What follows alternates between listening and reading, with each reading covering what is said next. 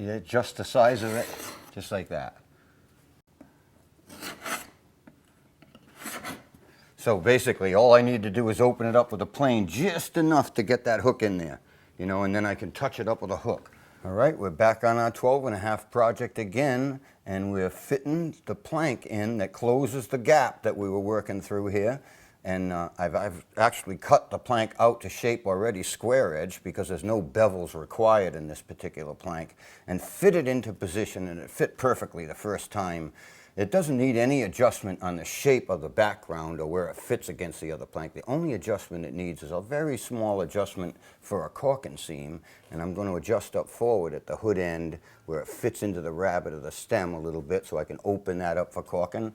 I'm going to scarf the other end, cut it to length and scarf it to fit against the scarf that I've sawn into the plank behind it, and that's going to be about it. Then I'm going to place it in position and screw it into place. But there's something I'd like to mention to you here, and that is that these boats are very delicate.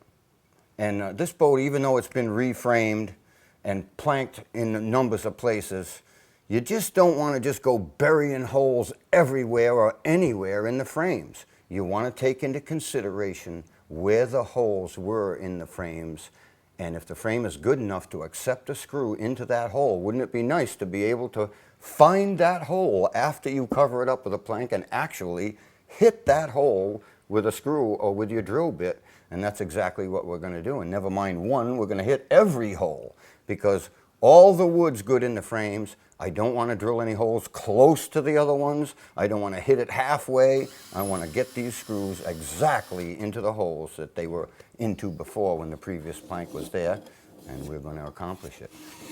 That's all you get. Just going to take off about that much. What I'm going to do right now is just adjust the caulking bevel a little bit so it makes it a little easier for me to get it open for caulking, and I'm using a slipboarding technique here. I've got the plank spaced up off the bench, and I'm riding my plane along the bench, sliding it along the bench. It's like having an extra guy with you. This makes it easy to do.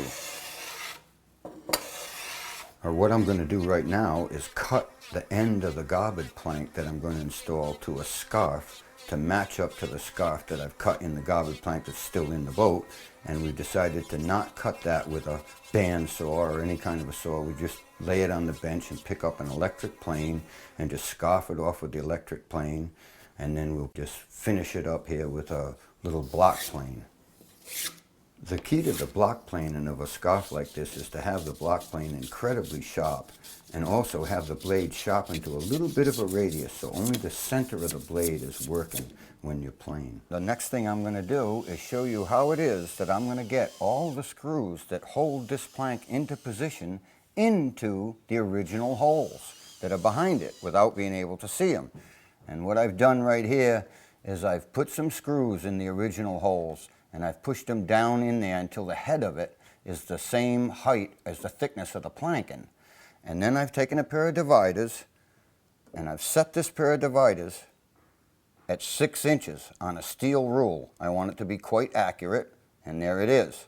I'm going to put this rule down, and then I'm going to put my dividers into the center of that screw, and then just make a little light swing on the boat like this, scratching it into the bottom paint.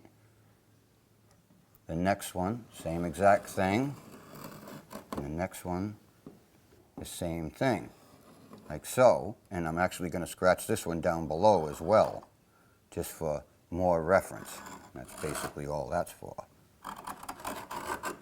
Now those are in reference to those holes. Now I can just remove those screws.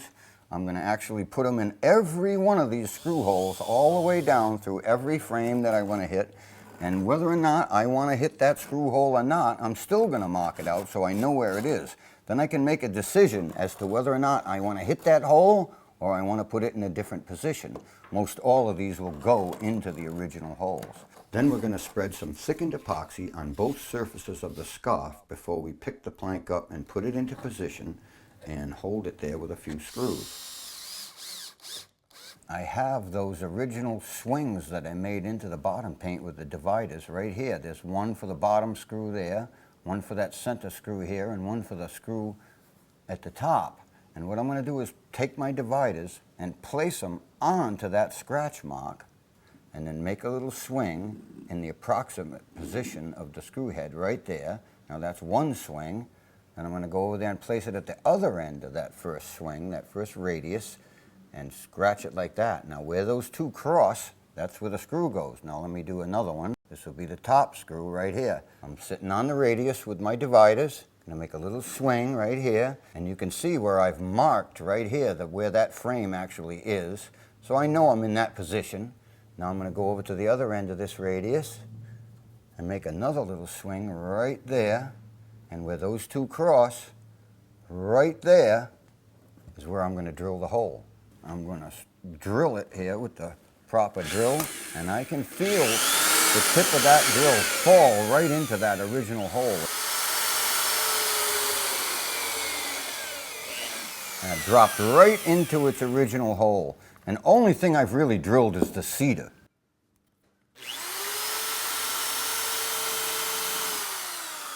All right, now that we've got the holes drilled, we're just going to put 3 screws in there and sink them with the screwdriver.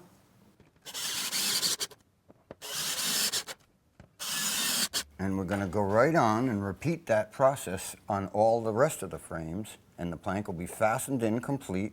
I need to pinch down the end where it's scoffed against that glue joint, and then I'm going to reef the seams a little bit with a reefing hook, and she's ready to caulk, and the job will be complete.